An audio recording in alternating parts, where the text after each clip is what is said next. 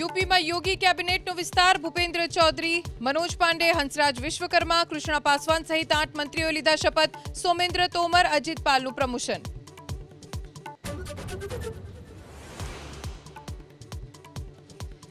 તમિલનાડુના મુખ્યમંત્રી બન્યા વિજય, 9 ધારાસભ્યો લીધા મંત્રીપદના શપથ. સીએમ બનતા જ વિજયનો મોટો નિર્ણય, 200 યુનિટ ફ્રી વીજળી અને મહિલા સુરક્ષા ફોર્સની જાહેરાત.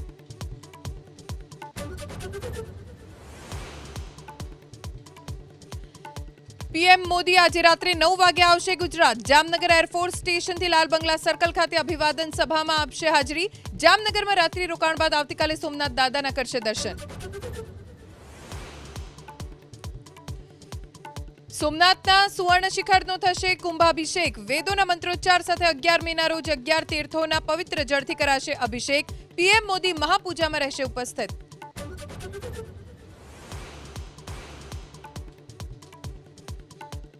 ઉત્તરાખંડના ચમોલીમાં નીતિ મલારી હાઈવે પર લેન્ડસ્લાઇડથી હડકંપ. રસ્તા પર પડ્યો પહાડનો કાટમાળ. અનેક ગામો સુધી પહોંચવાનો રસ્તો થયો પ્રભાવિત.